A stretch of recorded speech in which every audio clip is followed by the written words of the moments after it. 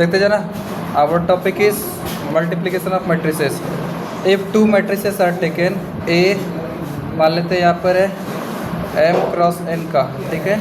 एक दूसरा मैट्रिसेस है बी जिसका ऑर्डर है पी क्रॉस क्यू, ठीक है। तो for A B to be possible, क्या बोले, A into B means A B आएगा।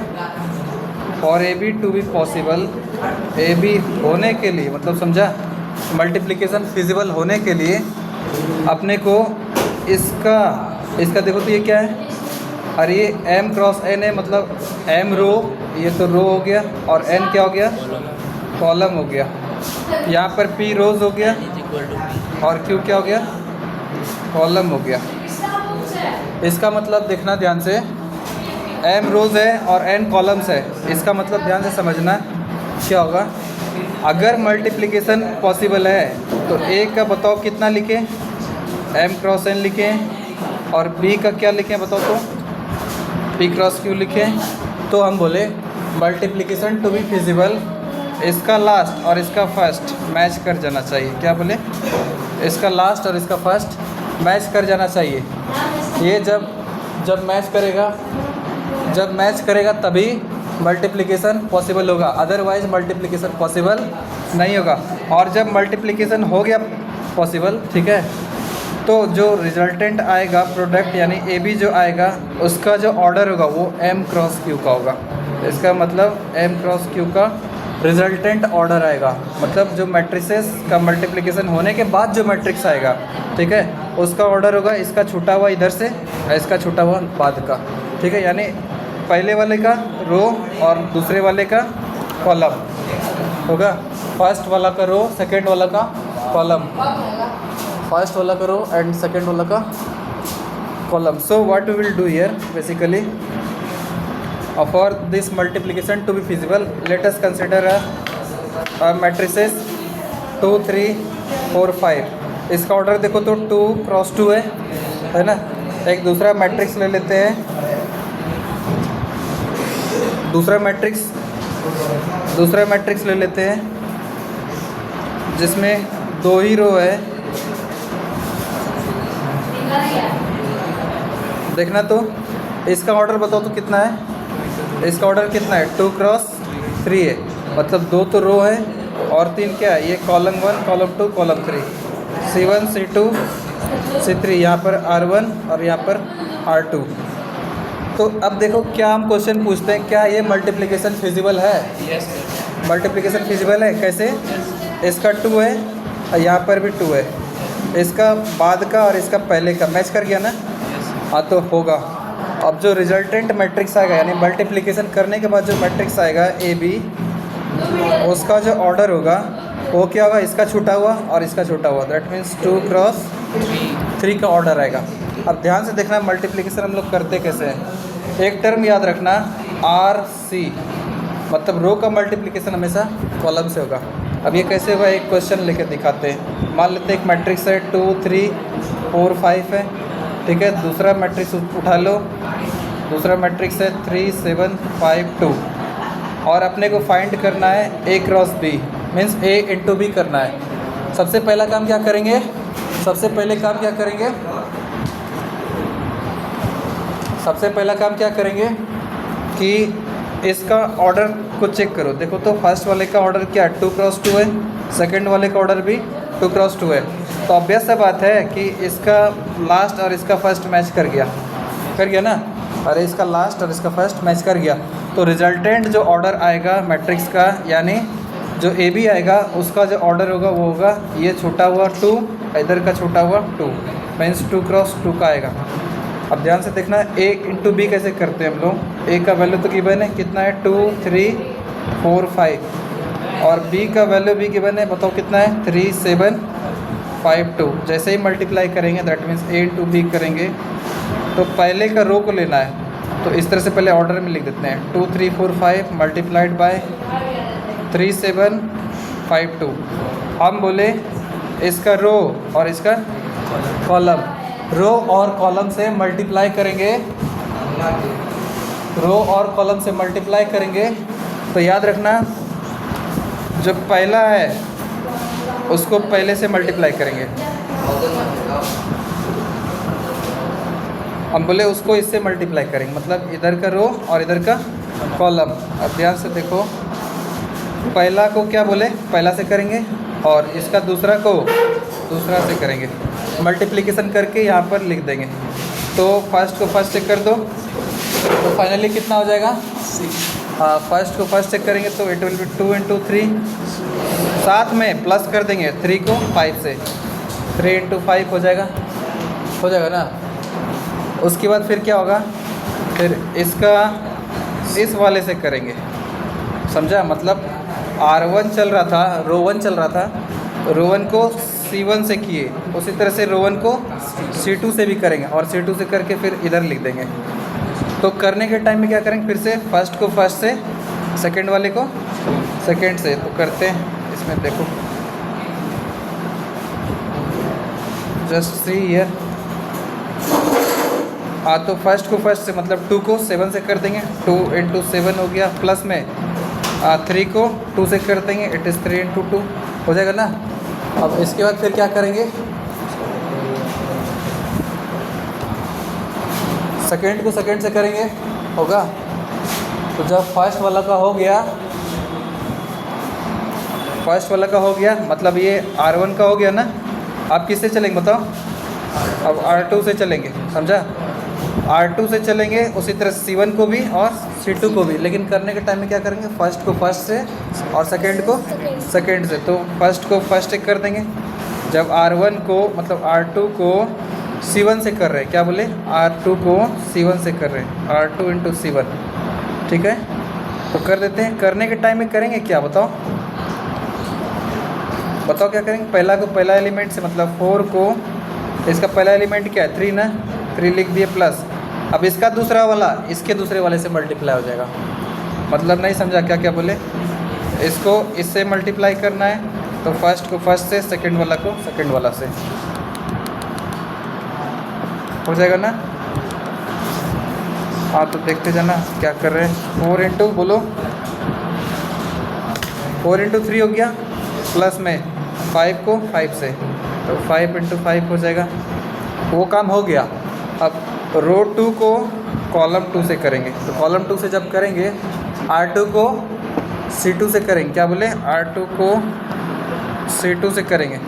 तो रो 2 कितना है 4 5, मतलब पहला को पहला से, तो 4 इंटू इसका पहला कितना है 7 है, प्लस 5 को 2 से, तो 5 इंटू 2। अब देख लेना यहाँ पर मल्टीप्लिकेशन करके कितना आ जाएगा। ये तो हो गया तुम्हारा 6 और प्लस 15 कितना आ रहा है 21। ये वाला कितना आ रहा है 7 टू 14 प्लस 6 इट इज़ 20। यहाँ 4 से 12 और 25 कितना हो रहा है 37। यहाँ पर बताओ कितना हो रहा है 28 और 10 बोले तो 38। तो ओवरऑल बोल दें अगर जब भी मल्टीप्लिकेशन करेंगे, मतलब देख लेना, दो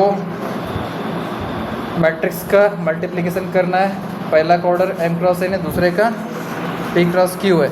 मल्टीप्लिकेशन तभी होगा जब इसका लास्ट वाला और इसका फर्स्ट वाला क्या हो जाए बताओ, हाँ मैच कर जाए। जब मैच करेगा तभी होगा। और जो मान लेते हैं ये a था और ये b था, जो a b आएगा यानी a इंटू बी जो आएगा, तो उसका जो ऑर्डर है वो क्या होगा छूटा हुआ, यानी छूटा हुआ क्या है m और q, तो इसका ऑर्डर हो जाएगा m इंटू q।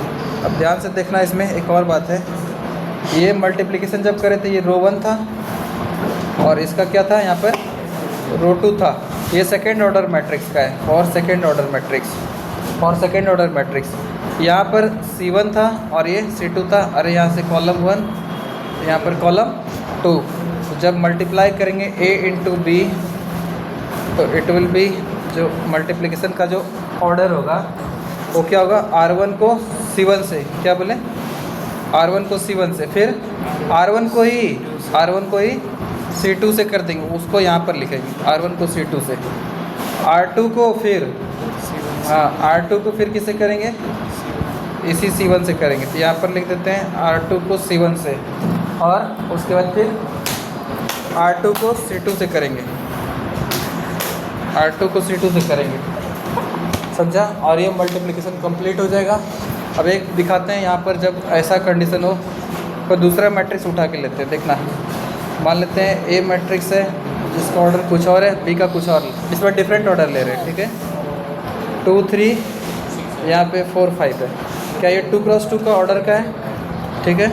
अगला लेते हैं बी, जिसमें देखना है रो तो 2 ही रख रहे हैं हम, क्या बोले, रो 2 ही रख रहे हैं। 2 3 5 ले रहे हैं, 7 6 8 ले रहे हैं, ठीक है। तो क्या यहाँ पर बताओ, रो तो 2 ही रहा, एक ये, लेकिन कॉलम कितना हो गया, 1 2 3 होगा ना। अरे यहाँ पर C1 C2 C3, यहाँ पर R1 R2 C1 मतलब कॉलम 1 कॉलम 2 दिखा। इसमें रो भी 2 कॉलम भी 2, और इसमें रो तो 2 है लेकिन कॉलम कितना है, रो तो 2 है लेकिन कॉलम कितना है, 3 है। तो अब बताओ यहाँ पे क्या करेंगे। सबसे पहला काम हम बोले हैं मल्टीप्लिकेशन के टाइम कब होगा, क्या होगा, R को C से मल्टीप्लाई करते हैं, यानी रो को कॉलम से। तो ए मैट्रिक्स जो है उसको उठा लो, 2 3 4 5 जिसका ऑर्डर है 2 क्रॉस 2। बी मैट्रिक्स है, उसका ऑर्डर कितना दिख रहा है, 2 3 5 है। अगला है 7 6 8, इसका ऑर्डर कितना दिख रहा है, 2 इंटू 3 का ऑर्डर दिख रहा है ना। अब हमको बताओ यहाँ से क्या करेंगे। क्या इसका पहला वाला, इसका यानी बाद वाला और इसका पहला वाला मैच कर गया ना। क्या 2 और 2 के इक्वल होता है कि नहीं, अरे 2 2 के इक्वल होता है या नहीं होता है, होता है ना, 2 2 के इक्वल होता है। अब ध्यान से बताओ, जो रिजल्टेंट मैट्रिक्स आएगा उसका ऑर्डर क्या आएगा, 2 क्रॉस 3 का। तो पहले इमेजिन कर लो 2 क्रॉस 3 कैसा होने वाला है, 2 क्रॉस 3 कैसा होने वाला है। इसका मतलब 2 क्रॉस 3 आएगा, जिसमें 2 क्या है, रो है, और 3 क्या है, कॉलम। मतलब अपने पास 2 रो चाहिए, 2 रो चाहिए, और कॉलम कितना चाहिए, 1 2 3 होगा ना। यानी लगता है तुमको कि यहाँ पर भराएगा, यहाँ भराएगा, यहाँ पे भराएगा, फिर यहाँ यहाँ और यहाँ होगा ना। अरे यही तो होगा। हाँ तो अब इसमें दिखाते हैं करके। Let me show you. 2 cross 3 का आने वाला है। अब बताओ कैसे सॉल्यूशन करेंगे। बताएं मल्टीप्लिकेशन के टाइम में क्या करेंगे, R को C से, अरे अभी ने बताया R को C से, तो R को C से करेंगे। तो यहाँ पे रो कौन सा है, ये R1, दूसरा रो R2। जब रो 1 से करेंगे, ठीक है, यानी इस वाले से जब करेंगे तो C1 को भी, C2 को भी, C3 को भी, तीनों को करेंगे। यानी C1 को भी, C2 को भी, C3 को भी करेंगे। तो let me do here, R1 को C1 से कर रहे हैं। यहाँ पर एक बार लिख दें क्या, R1 C1, यहाँ पे R1 C2, R1 C3। जब R2 से करेंगे तो R2 से भी कॉलम 1 को भी करेंगे, होगा, कॉलम 2 को भी करेंगे, और कॉलम 3 को भी करेंगे। ये तो एक जस्ट ब्रीफ आइडिया है, करके दिखा देते हैं कैसे करना है। Let me do here, R1 को C1 से करो, पहला रो ये रहा, C1 ये।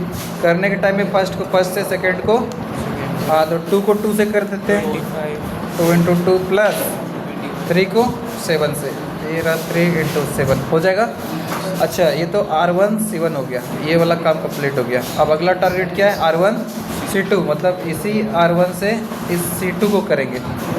तो C2 को करेंगे तो पहला को पहला से, मतलब जब ये इसको उठाए और इसको उठाए, दिख रहे हैं ना, इसमें से पहला वाला ये रहा, इसका पहला वाला ये रहा, तो उसको उससे मल्टीप्लाई कर दूँ तो कितना लिख देंगे, 2 इंटू 3 प्लस दूसरे को दूसरे से, मतलब 3 इंटू 6 होगा, हो जाएगा ना। अगला देखना, फिर R1 को C3 से करना है। R1 इज़ ईयर 2 इंटू 2 और 3 है, और C3 क्या है, 5 और 8। तो पहला को पहला से, तो 2 इंटू 5 प्लस 3 को 8 से, मतलब 3 इंटू 8 हो जाएगा, 3 को 8 से हो जाएगा, ठीक है। ये R1 वाला काम हो गया, यानी रो 1 वाला काम हो गया, इसका रो फिनिश हो गया। अब R2 को लेके चलते हैं। हाँ तो R2 को C1 से करना है। R2 में क्या है रे, हाँ 4 5 है, C1 में क्या है 2 और 7। तो बताए थे पहला से दूसरा को, हाँ तो 4 को 2 से कर देते हैं, 4 इंटू 2 प्लस 5 को 7 से होगा ना, 5 को 7 से। अब यहाँ बीच में कुछ प्लस माइनस नहीं करना है, अब R2 C2 को चल रहे हैं। तो बताओ R2 इंटू C2, R2 कौन हो गया यही, और C2 ये रहा 3 और 6। बताओ कितना जो है, 4 इंटू 3 प्लस 5 इंटू 6 होगा ना। अब बताओ फिर से क्या करेंगे, R2 को इस बार अब C3 से, यानी ये वाला, तो 4 इंटू बताओ कितना अरे इसका बताए ना, पहला को पहला से करेंगे, फिर दूसरा को दूसरा से करेंगे। जब भी ये ऐसे को ऐसे से करना है ना, तो पहला वाला पहला से होगा, ये जो दूसरा वाला है वो दूसरे से होगा। दिखा? तो 4 को 5 से, ये 4 को इस 5 से कर देंगे, लिख दिए, प्लस अब ये दूसरा वाला जो 5 है, इसका दूसरा वाला 8 है, तो 5 × 8 कर देंगे। फाइनली इसको सॉल्व करके बताते जाओ कितना कितना आ रहा है। ये तो 4 दिख रहा है, यहाँ 21 दिख रहा है, कितना हो गया? 25। यहाँ 6 है और 18 है, 24 दिख रहा है। 10 और 24 तो कितना हो गया? 34। 8 और 35, हाँ इट इज़ 43। अगला 12 और 30 कितना हो गया रे? 42 हो गया। यहाँ 20 और 40 60 हो जाएगा ना?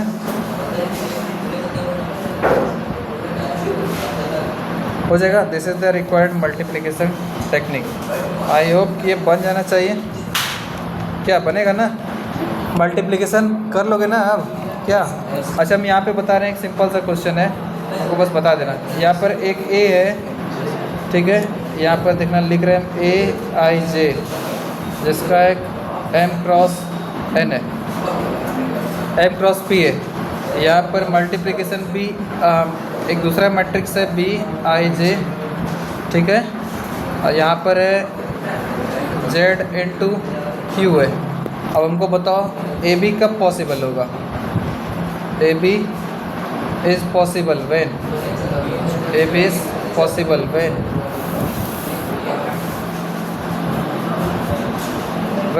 Only when P is equal to Z, यानी इसका रो और इसका कॉलम और इसका रो मैच कर देना चाहिए, ठीक है। AB is possible if P is equal to Z and जो AB का ऑर्डर आएगा वो कितना होगा?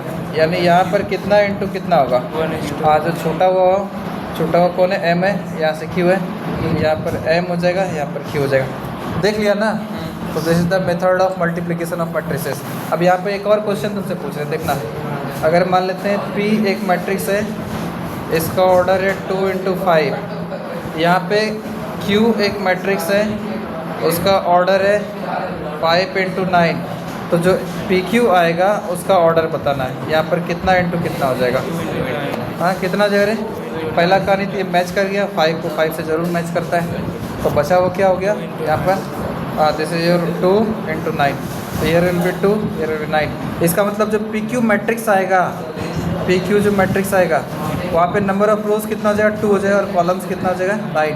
मतलब ऐसा 2 होगा, R1 और R2 होगा ना, और कॉलम कितना करें? एक कॉलम C1, फिर अगला कॉलम C2, फिर C3, फिर अगला हो जाएगा C4, C5, C6, C7, C8 और सबसे लास्ट वाला C9 हो जाएगा ना। इसका मतलब क्या लगता है तुमको? एलिमेंट यहाँ पर भराएगा ऐसे,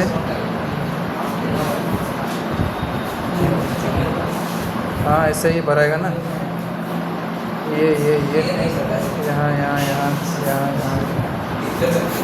हो जाएगा। मतलब ये एक रफ डायग्राम है, ये ऐसा दिखेगा। I think multiplication of matrix समझ में आ गया होगा। क्या ट्रिक बताओ तो मल्टीप्लाई करने का? बोलो R को C से, R को हमेशा C से ही मल्टीप्लाई करते हैं, ये कंफर्म रहना। हाँ, R को C से ही मल्टीप्लाई करते हैं, ठीक है। यानी इधर से रो तो इधर से कॉलम। R1 को C1 से किए, R1 को ये C2 से करेंगे, R1 को ये C3 से करेंगे। क्या जब R2 से करेंगे, R2 को बताओ, R2 को C1 से करेंगे, R2 को C2 से करेंगे, R2 को C3 से करेंगे।